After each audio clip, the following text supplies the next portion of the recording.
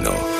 Antes de ir al presupuesto, quiero detenerme siquiera brevemente en esa lista de los principales problemas de España según el CIS. ¿Cuánta importancia, politólogo, empiezo por ti, hay que darle a esa brecha que se advierte entre lo que ocupa y preocupa a los españoles y aquello de lo que se habla en el debate político? Claro, con espectáculos como los que hemos visto, por ejemplo, hoy en el Congreso de los Diputados, pues uno llega a estas horas completamente abrumado de política y vuelve un poco a lo primario. Y lo primario en estos momentos es, insisto, la salud, cómo vamos a salir de esto, la crisis económica, toda la gente que se está quedando atrás. Ayer no sé si visteis un tuit de un comerciante que expresaba en el escaparate de su tienda, cerrado por desesperación.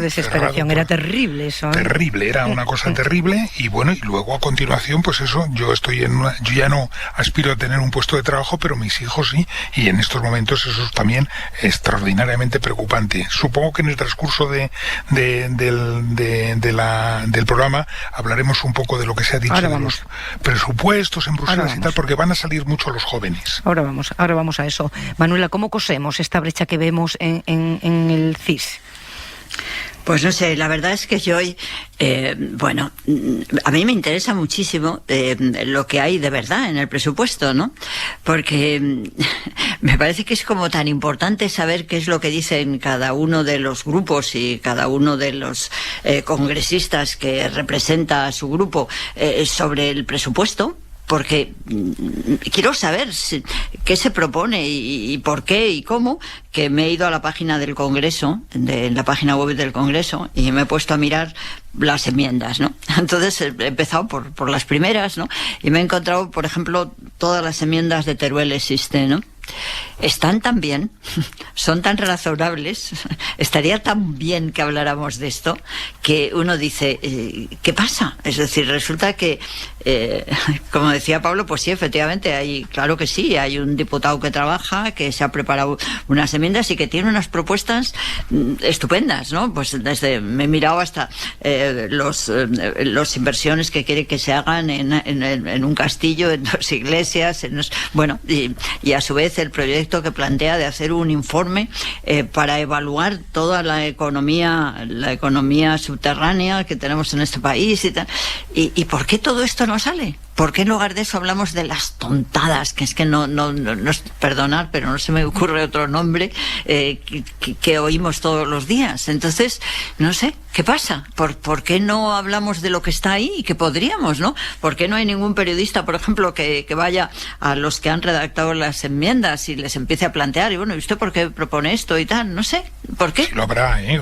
Esto, Manuela, mañana en los periódicos también se hablará de esto, pero es verdad que la atención primaria está en los nombres y no en los contenidos. Eso es así.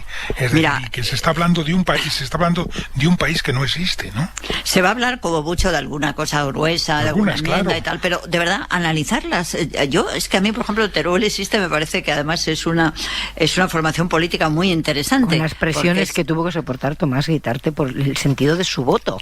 Un hombre que está ahí currándose él solo la representación, ¿no? Es muy interesante porque yo cada vez veo más claro que hay una representación que se atisba que sería más bien por proyectos más que por partidos políticos, ¿no?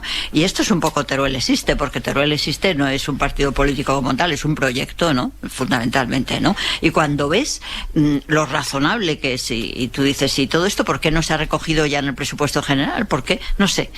Me parece que es que son dos mundos. Hay un mundo probablemente muy alentador de la política, pero que está absolutamente enterrado por otro, que es un afán por el poder sin más, y que cada uno de los verdaderos protagonistas de las grandes políticas, como si dijéramos, está simplemente mirando, si digo esto, cuántos me suben, cuántos me bajan, no sé, una lucha por el poder muy, muy desanimante, yo creo. No os quiero deprimir, pero esto que estáis describiendo se entiende rápidamente con los sonidos del día, porque ¿qué es lo que pasa en la tribuna del Congreso? En la tribuna del Congreso.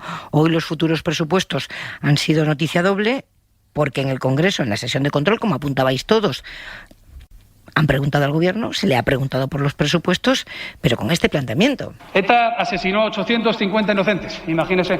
Más de 2 hemiciclos como este llenos. Señor Casado, el gobierno que derrotó a ETA fue un gobierno socialista. El gobierno que calificó a ETA como Movimiento Vasco de Liberación fue un gobierno del Partido Popular.